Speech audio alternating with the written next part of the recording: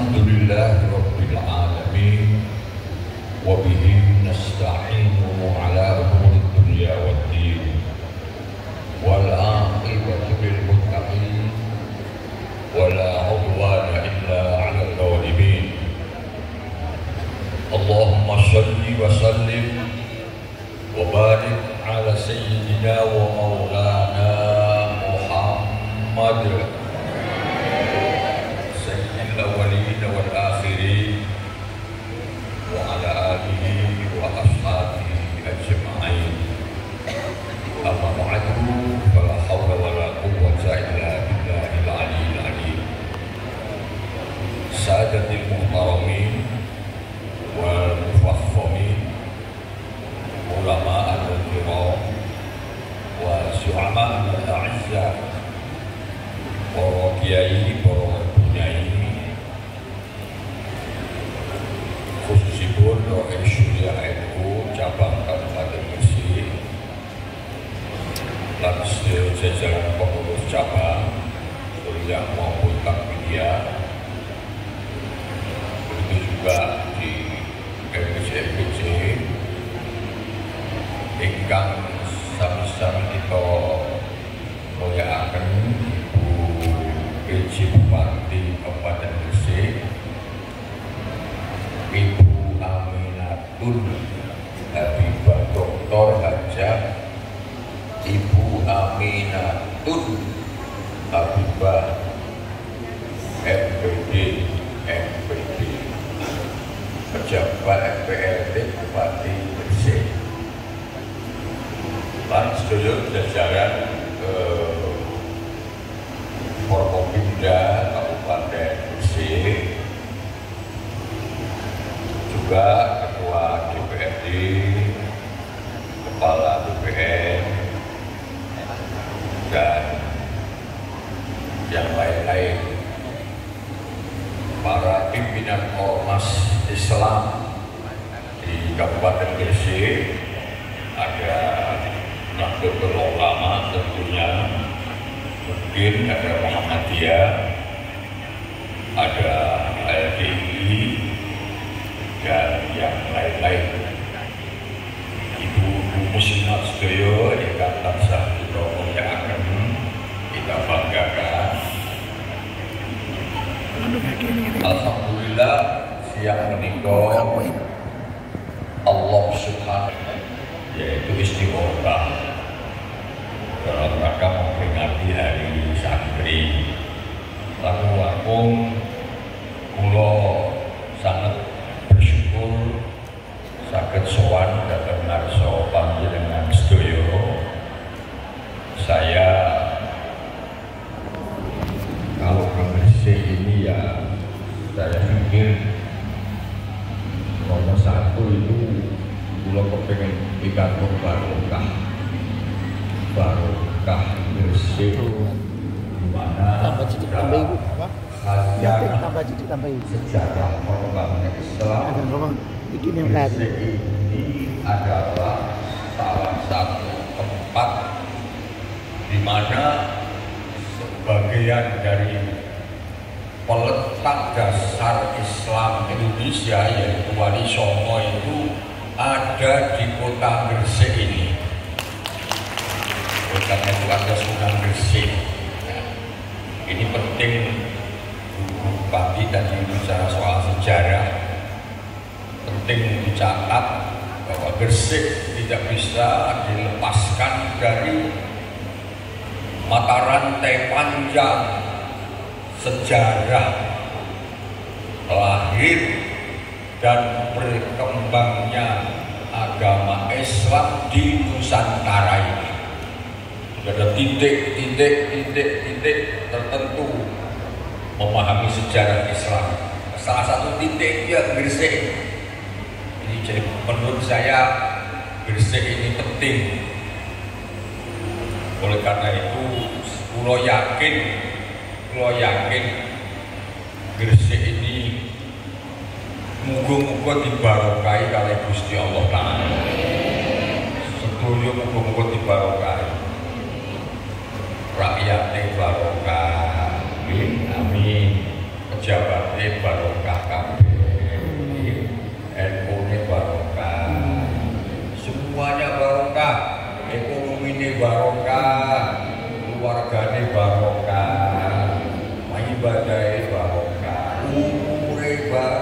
barokah.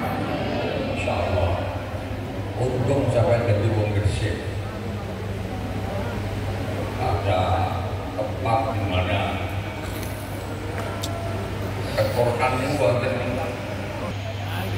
Subhanalladzi asra bi 'abdihi laila ilal masjidil haram ilal masjidil aqsa alladzi barakna hawla. Jadi kanan kirinya Masjidil Aqsa, negara-negara di kanan kiri haulahu, kanan kirinya Masjidil Aqsa itu dinyatakan oleh Allah sebagai tempat yang barokah. Jadi tidak mustahil kalau tempat-tempat yang dipanggil wali menjadi tempat yang barokah. Dan bukti barokah alladzi barakna haulah itu banyak kan, kanan kirinya negara-negara di sekitar Yerusalem itu yang kemudian menjadi tempat lahir dan perjuangannya para nabi-nabi.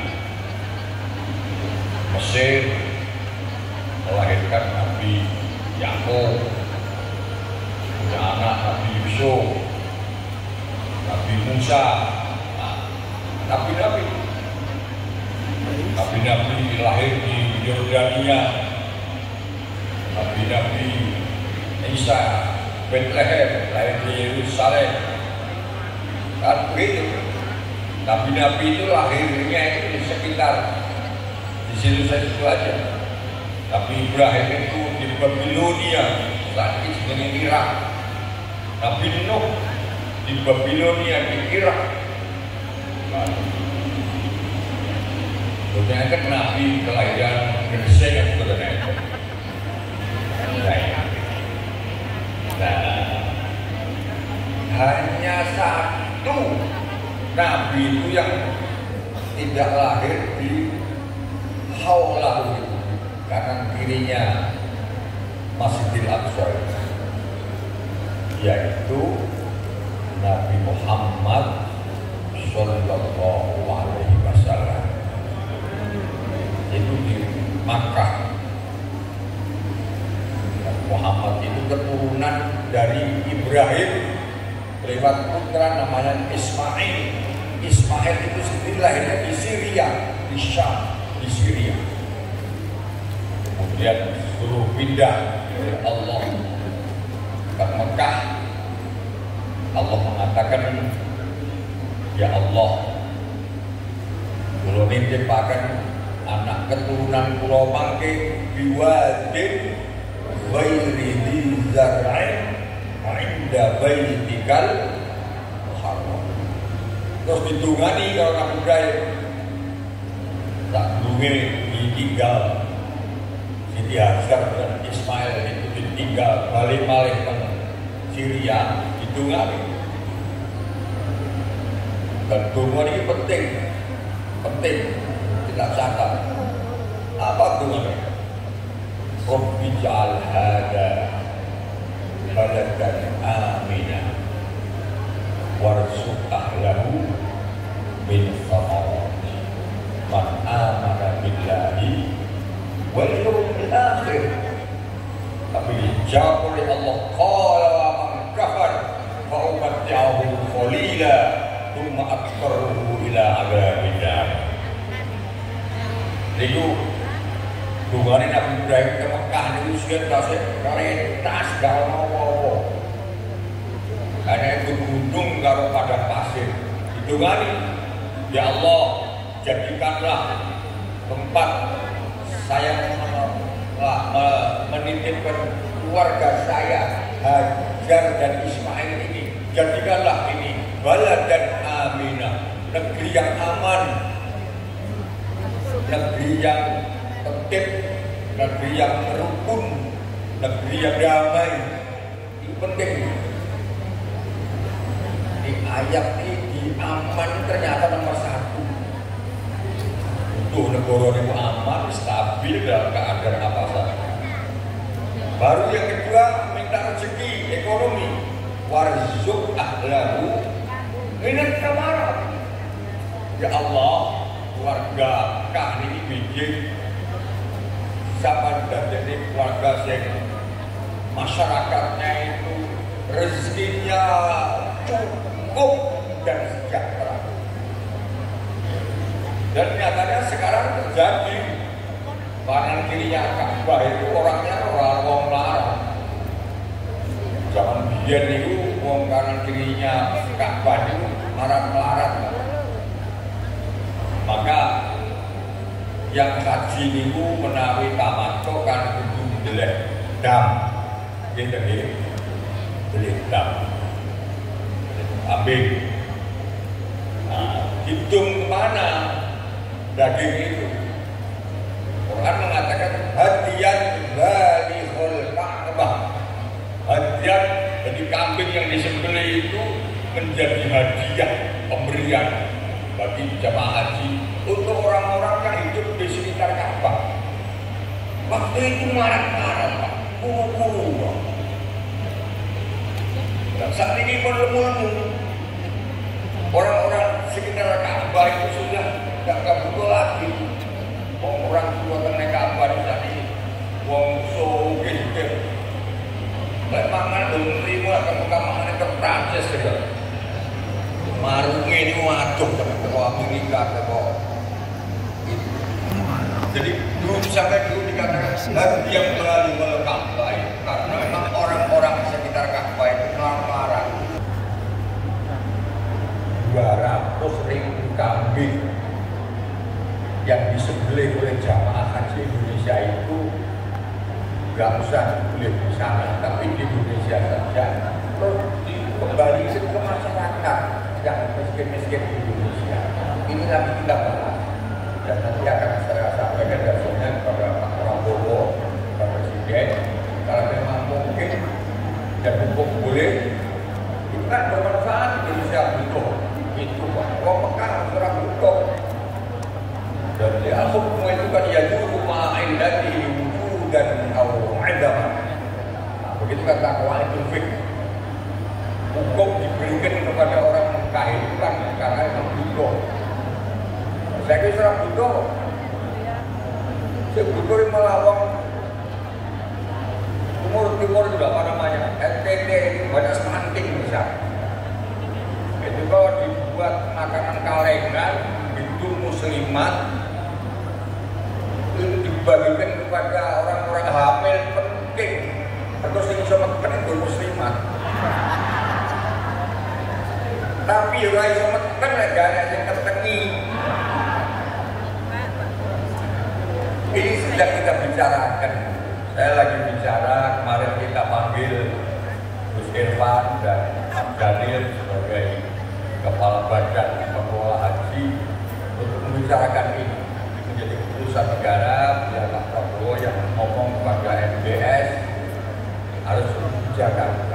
Karena banyak yang uangnya itu yang membayar itu jamaah haji Indonesia, tapi manfaatnya tidak kembali ke sini. Nah, kita ingin kembali ke sini. Nah, itu caranya gimana? Itu harus ada political will, ada kebijakan politik G2G antar negara dengan negara. Sebab apa? Sebab kalau kita lihat substansi haji itu gini loh. Substansi haji itu secara Gusti Allah itu manfaat baik duniawi maupun ukhrawi. Jauhi baca ya. Wa adzin fin nasi bil haji ya'tuka rijalan wa ala kulli dhamir ya'tina min kulli fajjin amiq liyashhadu manafi'a lahum wa yadhkuru ismallaha katsira. Haji itu antara lain apa? Lihat itu supaya ada manfaat yang besar. Apa? Manfaat yang besar antara lain duniawi ukhrawi. Duniawi ya tadi itu kalau daging disembelih kan manfaat bagi orang-orang yang butuh daging.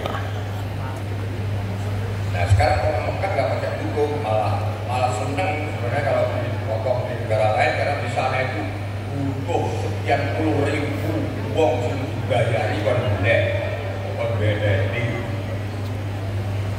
kemudian kotorannya itu jadi limbah yang tidak baik, darahnya dibuang berapa ribu ton oleh tong ini. Nah, jadi masih banyak hal-hal yang perlu kita kaji, yang kita perlu pikirkan. Nah, itu satu-satunya nabi itu yang gak lahir di Yerusalem tapi di luar itu yaitu kan Nabi Muhammad. Tapi hitungannya kayak Nabi Ibrahim. Zaman Nabi Ibrahim dungo Rabbi ja'al hadza baladan aminah. Niku Mekah niku terlepas. Das apa-apa. Sekarang jadi makmur kayak ngoten iki. So, iki wong Mekah. Karena ada kandungan bumi yang dieksplorasi untuk jadi kekayaan negara. Dan niku butuh waktu berapa ribu tahun dungan Nabi Ibrahim baru dijabai. Gitu. Nabi Ibrahim dungo niku antara dungan Nabi Ibrahim dan diijabai Allah kabeh makmur ribuan tahun depan. Niku maknane tiyang lek donga aja njaluk sak gersane. Apa sak gersane itu? Ya Allah, nuwun sugih berat. Enggak begitu. Nabi Ibrahim saja minta warzuk lahu minas samawati ribuan tahun. Nah, ini ayat yang penting pada pahami, Pak.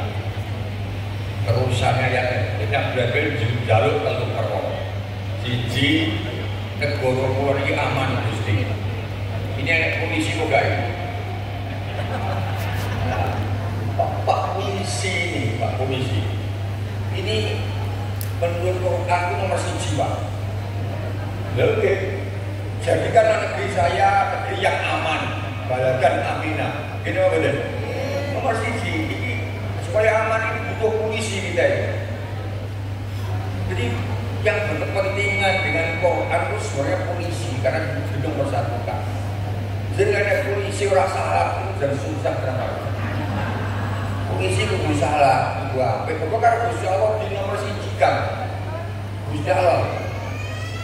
Kata ayat itu nomor sekian. Siji itu polisi. Nah, baru yang kedua minta rezeki, ahli ekonomi minta rezeki, maka ada industri, ya, ada pertanian, ada trading, perdagangan, ada macam-macam lah. Tadi disampaikan Ibu PJ, jawab Gresik ini sekarang jadi industrial apa? Dulu namanya kota santri, sekarang jadi daerah industri. Ada smelter di sini, ya. Jadi apa yang diolah di Papua dibawa ke Gresik jadi smelter. Itu harus bermanfaat untuk masyarakat Gresik. Itu rezeki. Nah, yang ketiga yang diminta oleh Nabi Ibrahim itu man amana minhum. Sing panjenengan paringi sugih iku Gusti. Sing iman tok mawon. Sing boten iman boten usah sugih entek. Kata Ibrahim begitu. Tapi dijawab oleh Allah. Allah mengatakan, Ibrahim, kamu jangan diskriminatif. Ya, yang saya kasih kaya itu, ya mengkafar juga dong. Orang yang tidak iman pun saya kasih sugih. Tapi Pak umat diuhu qalilan. Orang non muslim saya beri nikmat, saya beri kaya, saya beri cukup itu senenge mung sedih. Loh, di dunia saja, di akhirat no. Di akhirat qaumat yahu summa taruhu ila ada. Jadi kekayaan yang bukan main yang ribuan triliun diberikan para pengusaha-pengusaha. Di Indonesia itu ada pengusaha namanya Prayogo Pangestu. kekayaannya itu 1.000 triliun Pak.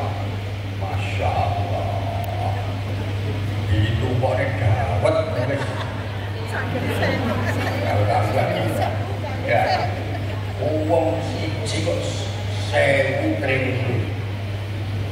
Tapi menurut Allah, jangankan 1.000 triliun, jangankan 2.000 triliun, 10.000 triliun dan kayak itu fa'umat tiruhu bilang kecil itu kata Allah, kecil.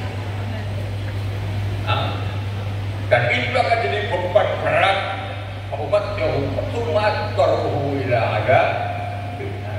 Kalau orang mukmin, wah lebih hebat nanti kemuliaan dan kenikmatan. Tapi ada yang penting pada pahami kalau saudara. Ketika Nabi Musa minta agar yang diberikan kemakmuran untuk orang beriman saja, yang tidak beriman jangan, itu ditolak oleh Allah. Ojo ngono iki. Tolong bersih ojo ngono iki. Lek soal swarga pancen yo bagiane man amana billah wa yaumil akhir. Tapi lek soal sugih kuwi sapa tak kei. Mukmin yo tak kei, jika mukmin yo tak kei. Artinya begitu. Jadi ini apa? Ini ada hal yang bersifat kita harus membedakan mana yang universal, maka yang transendental. Transendental itu khusus hubungan manusia oleh Gusti Allah. Zaman istighosa, zaman tahlilan, dan sholat, dan puasa itu sanawa itu Gusti Allah. Itu kudu mukmin. Mereka juga memang Arabnya kepengen terus jajah Indonesia, ngeruk kekayaan Indonesia, memperbudak orang Indonesia. Jadi orang Indonesia yang pinter, kudu goblok. Orang Indonesia itu wajib goblok. Mulai pinter lodo. Itu lodo itu. Wajibu ayakuna Indonesia jahilun. Itu madhabe lodo. Ya. Apa nek wong wedok, wah ora oleh, ora pinter ora oleh. Kalau didobrak oleh Ibu kita Kartini, Ibu kita Kartini mendobrak ya, ada kezaliman daripada Belanda untuk membodohkan wanita. Dan sampai itu matur nuwun karo Bu Kartini. Dan Bu Kartini santri nih Kiai Abdullah, Kiai Abdul ini Kiai Darat. Kiai Darat itu termasuk guru Mbah Hasyim. Jadi muslimat, Kartini ini muslimat. Nah, kalau nggak bakal terima, ini dia gitu, diumumin kalau bukan, mau ngajak tangan. Kemerdekaan itu tidak mulus, ada tantangannya. Tantangannya dari rakyat, dari negara yang belum menjajah. Dan datang ke sini lagi dengan membawa alat-alat tempur yang modern, yang gagah. Ada pesawat, ada bom, ada macam-macam. Jadi waktu itu Indonesia belum punya. Bung Karno sebagai presiden pada waktu itu, sebagai proklamator ya, bingung. Iki apa itu? Mereka menantang kita merebut, merobek kemerdekaan yang kita umumkan dengan senjata full. Kita gak punya apa-apa. Minta saran kepada Panglima Besar Jenderal Sudirman. Ya kan? Diberi saran oleh Jenderal Sudirman. Begini Pak Karno, kita ini kalau menghadapi sekutu kita pasti kalah, gak kuat karena mereka punya senjata yang top, alat tempur alutsista yang top, kita gak punya. Nah terus ya apa? Nah, kita menggunakan kekuatan agama, ada perlawanan rakyat. Terus caranya kita minta juga nasihat. Sekarang di Indonesia ini yang paling didengar oleh kiai-kiai, oleh tokoh-tokoh agama itu Kiai Hasyim Asy'ari di Tebuireng di Jombang. Nah, itu saran daripada Jenderal Sudirman. Sudirman itu Muhammadiyah, bukan Muhammadiyah, nasihati nasionalis, bukan nasionalis untuk sowan ke NU, bukan ya. Jadi kemerdekaan ini hari sangke enek kaitannya antara Muhammadiyah, nasionalis dan NU. Siapa Muhammadiyah Jenderal Sudirman, siapa nasionalis Soekarno. Yang dua orang ini sepakat minta bantuan NU. Jo sembrono karo NU sampai. Bani Bahasim dihitung betul. Akhirnya utusan lah Pak Karno, utusan itu.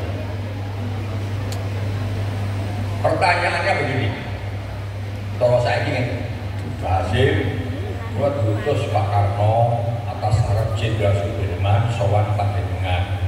Pripun maksudnya? Jadi sekutu badhe datang untuk merebut kemerdekaan dengan membawa senjata modern, karena membawa Inggris dan Amerika. Belanda saja sendirian kita sudah kalah kabur, ini bawa Inggris dan Amerika. Pokoknya Inggris Amerika itu bajingan kok. Aku jadi ngumpul saya bilang artis kok seneng karo bule iki jen masalah ragu nasionalisme biasa. Betul, saya elek kok seneng karo perdolanane lepas Indonesia. Masih orang tapi gurih. Jane kowe itu seneng karo bule penjajah. Seneng banget mereka, kita itu seneng, saya Indonesia seneng karo bule, mereka seneng. Oh, baik kok. Ojo. Pakaian jalan. Temen yo, sing sawo makan gitu, makannya sawo makan itu ketagihan dengan sama. Akhirnya Bahasim karepe nopo? Tapi pakaran nopo? Ngeten lho, Pak Yai, niki nyuwun bantuan para kiai supaya ada perlawanan rakyat. Ada perlawanan rakyat dengan semangat agama. Niku karena Indonesia kan bukan negara Islam. Pak Karno mengatakan Indonesia ini bukan negara Islam, tapi pripun hukumnya menggerakkan umat Islam untuk membela negara yang bukan negara Islam, tapi nation state, negara bangsa. Gepun mungkin kita ngumpul kiai-kiai bahwa di Bali, bahwa ini ngeten. Saran bahwa Yai, mungkin kiai-kiai yang lain diajak musyawarah. Nah itu diajak musyawarah kan, itu Surabaya atau itu musyawarah kiai-kiai ada kiai Jember, ada kiai Wenggo, ada kiai Madura, ada kiai Kediri, ada kiai bukan saya, lahir. Ada Kiai Buntet, Jawa Barat Cirebon, ada Kiai Lasem, ada Kiai Tegal, Magelang, banyak sekali kiai. Akhirnya kiai musyawarah sehari semalam, piye hukume bela negara, yang negara ini bukan negara Islam. Kalau dibilang jihad fisabilillah dalam Quran dulu kan yang dibilang itu memang negara Islam. Indonesia ini kan bukan negara Islam. Musyawarah gitu. Kesimpulannya bahwa membela negara di mana orang kafir itu datang, jika sekutu datang kan, sekutu itu jadi orang kafir datang untuk merebut negara kita, itu hukumnya fardu ain.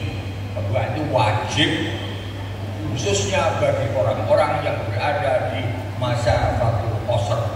Masa Fatul Qasr itu Gresik termasuk masa Fatul Qasr. Di luar masa Fatul Qasr. Surabaya ini pindah kilo. Surabaya ini pindah kilo. Hah?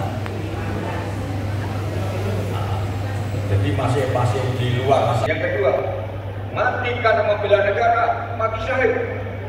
Jadi yang mati syahid bukan dari membela agama saja, membela negara mati syahid. Syahid dunia akhirat.